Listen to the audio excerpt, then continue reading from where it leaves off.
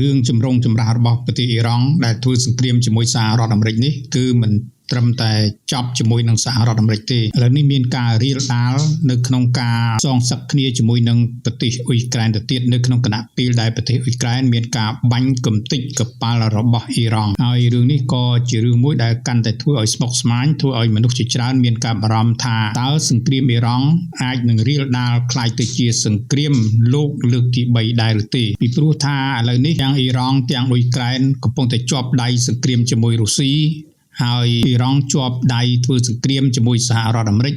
បែរជាប្រទេសទាំងពីរនេះមានការបង្ហាញនៅការព្រមានសងសឹកគ្នាទៅវិញទៅមកថែមទៅទៀតហើយគណៈពេលដែលប្រទេសអ៊ុយក្រែនកំពុងតែស្មុគស្មាញនៅក្នុងការធ្វើសង្គ្រាមជាមួយរុស្ស៊ីឥឡូវនេះលោក Zelensky ក៏បានប្រកាសព្រមានទៅកាន់ប្រទេសរុស្ស៊ីផងដែរថាកុំឲ្យប្រទេសកូរ៉េខាងជើងមានការផ្ដល់កម្លាំងកងទ័ពជាង 30,000 នាក់ជួយរុស្ស៊ីក្នុងការធ្វើសង្គ្រាមជាមួយនឹងអ៊ុយក្រែនថែមទៅទៀតឥឡូវនេះយើងមកតាមដានអំពីរឿងហេតុអីបានជាអ៊ីរ៉ង់ធ្វើការព្រមានវាយសងសឹកប្រទេសអ៊ុយក្រែនរដ្ឋមន្ត្រីការបរទេសអ៊ីរ៉ង់គឺលោក Abbas Araghchi កាលពីថ្ងៃអាទិត្យសប្តាហ៍មុននេះគឺបានធ្វើការព្រមានធ្ងន់ធ្ងរថាអ៊ីរ៉ង់នឹងឆ្លើយតបទៅនឹងការវាយប្រហារដ៏សាហាវមួយដែលអ៊ុយក្រែនបានបើកការវាយប្រហារទៅលើកប៉ាល់អ៊ីរ៉ង់មួយគ្រឿងនៅឯសមុទ្រកាស្ពីយនលោក Araghchi ក៏បានបញ្ជាក់ទៅតាមបណ្ដាញសង្គម X របស់លោកថាមេដឹកនាំអ៊ុយក្រែនគឺលោក Zelenskyបានវាយប្រហារកប៉ាល់ពាណិជ្ជកម្មរបស់អ៊ីរ៉ង់មួយគ្រឿងដោយនាវិករបស់អ៊ីរ៉ង់ដោយលោកលើកឡើងថាសកម្មភាពរបស់អ៊ុយក្រែននេះគឺជាការរំលោភបំពានធម្មនុញ្ញអង្គការសហប្រជាជាតិដែលធ្វើឡើងទៅតាមការបញ្ជារបស់អ៊ីស្រាអែលដើម្បីអូសទាញអឺរ៉ុបឲ្យចូលទៅក្នុងសង្គ្រាមជាមួយនឹងខ្លួនលោក Abbas Araghchi ក៏បានសង្កត់គុណថានៅក្នុងអំឡុងពេលនៃការជជែកគ្នាតាមទូរស័ព្ទជាមួយនឹងលោកស្រី Kaja Kallas អនុប្រធានគណៈកម្មាធិការអឺរ៉ុបនិងអ្នកការទូតកំពូលរបស់រុស្ស៊ីគឺលោក Sergei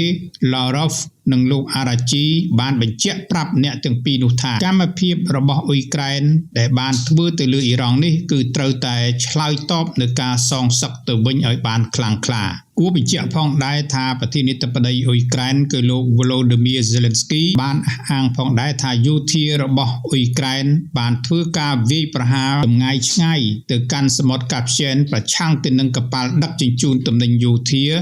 ដែលពាក់ព័ន្ធទៅនឹងអ៊ីរ៉ង់ហើយការវាយប្រហារដោយយន្តហោះគ្មានមនុស្សបើកត្រូវបានអនុវត្តប្រឆាំងទៅនឹងនាវាដឹកទំនិញក្រោមទណ្ឌកម្មអន្តរជាតិដែលត្រូវបានប្រើដើម្បីដឹកជញ្ជូនទំនិញយោធារវាងអ៊ីរ៉ង់និងរុស្ស៊ីហើយភ្លាមៗនោះដែរតាមទូរទស្សន៍របស់អ៊ីរ៉ង់ក៏បានរាយការណ៍ផងដែរថាក្រសួងការបរទេសអ៊ីរ៉ង់បានកោះហៅវីរៈធារីអ៊ុយក្រែនប្រចាំនៅប្រទេសអ៊ីរ៉ង់ឲ្យធ្វើការបកស្រាយជុំវិញសកម្មភាពរបស់អ៊ុយក្រែន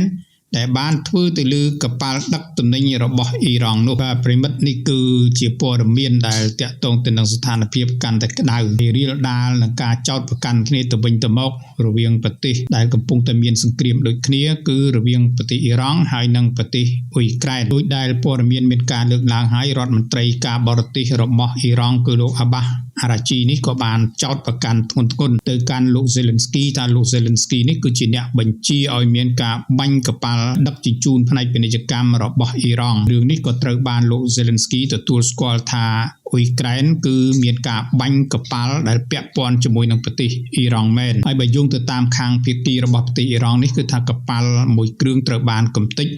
រួមទាំងនាវិករបស់អ៊ីរ៉ង់ផងដែរនៅក្នុងការដែលការខូចខាតនេះគឺអ៊ីរ៉ង់បានធ្វើការព្រមានសងសឹកថានឹងធ្វើការឆ្លើយតបបានចាស់ដៃបំផុតទៅកាន់ប្រទេសអ៊ុយក្រែនហើយរឿងរ៉ាវដែលតាក់ទងទៅនឹងការឆ្លើយតបយ៉ាងណារបស់លោក Zelensky នេះគឺមិនទាន់មានការឆ្លើយតបទៅកាន់ប្រទេសអ៊ីរ៉ង់នៅឡើយទេដោយលោកគ្រាន់តែលើកឡើងថាបានទទួលស្គាល់ថានឹងមានការវាយប្រហារកប៉ាល់ពាណិជ្ជកម្មពាក់ព័ន្ធជាមួយនឹងប្រទេសអ៊ីរ៉ង់មែន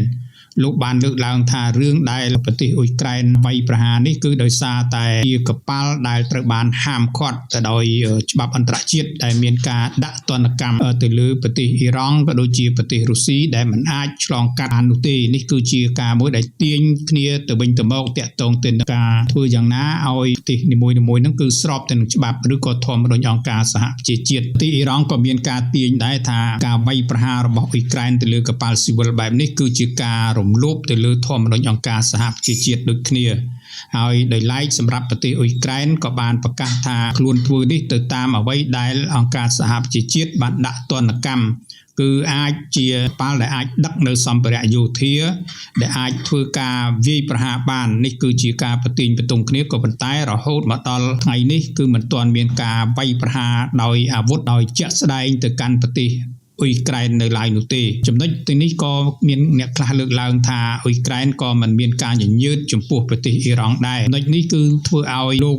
រដ្ឋមន្ត្រីការបរទេសប្រទេសអ៊ីរ៉ង់លោកអាបាសអារ៉ាជីបានចោទប្រកាន់ទៅកាន់ប្រទេសអ៊ុយក្រែនថាការធ្វើនេះគឺតាមរយៈខ្សែញាក់របស់អ៊ីស្រាអែលដែលអ៊ីស្រាអែលក៏ជាសត្រូវកំពុងតែធ្វើសង្គ្រាមជាមួយនឹងអ៊ីរ៉ង់ដែរហើយអ៊ីស្រាអែលនេះចង់ទាញអឺរ៉ុបមួយថែមទៀតបន្ទាប់អំពីទាញសហរដ្ឋអាមេរិកឲ្យចូលទៅក្នុងសង្គ្រាមជាមួយអ៊ីរ៉ង់ហើយឥឡូវនេះគឺបានទាញឲ្យអឺរ៉ុបនេះចង់ធ្លាក់ចូលទៅក្នុងអន្ទាក់សង្គ្រាមជាមួយនឹងអ៊ីរ៉ង់ថែមទៅទៀតនេះគឺជាប្រសាសន៍របស់លោកត្រីការបរទេសអ៊ីរ៉ង់លោកអាបាសអារ៉ាជីហើយដោយឡែកតាក់ទងទៅនឹងរឿងភាពស្មុគស្មាញដទៃទៀតជាមួយនឹងបញ្ហាផ្ទៃក្នុងនៃសង្គ្រាមរបស់អ៊ុយក្រែនជាមួយនឹងរុស្ស៊ីនេះក៏ថ្មីនេះលោក Zelensky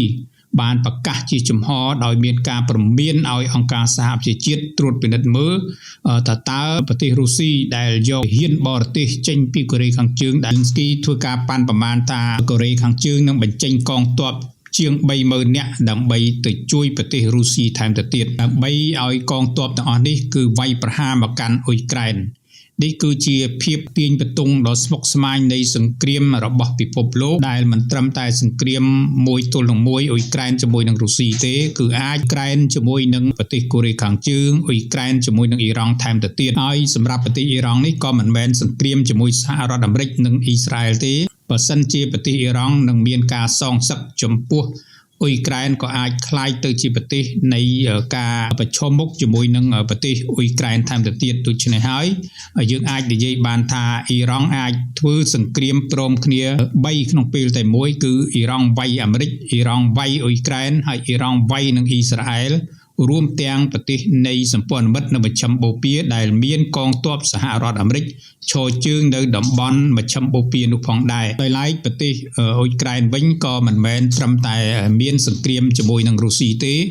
អាចមានសង្គ្រាមព្រមគ្នា3ផងដែរគឺអ៊ុយក្រែនជាមួយនឹងរុស្ស៊ីហើយអ៊ុយក្រែនជាមួយនឹងកូរ៉េខាងជើងហើយនឹងអ៊ុយក្រែនជាមួយនឹងអ៊ីរ៉ង់ផងដែរទាំងអស់នេះគឺជាចំណុចមួយដែលធ្វើឲ្យភាពស្មុគស្មាញទៅលើសង្គ្រាមនៅក្នុងពិភពលោកពេលបច្ចុប្បន្ននេះថ្មីត្បិតតែវាមិនទាន់คล้ายទៅជាសង្គ្រាមលោកលើកទី3មែន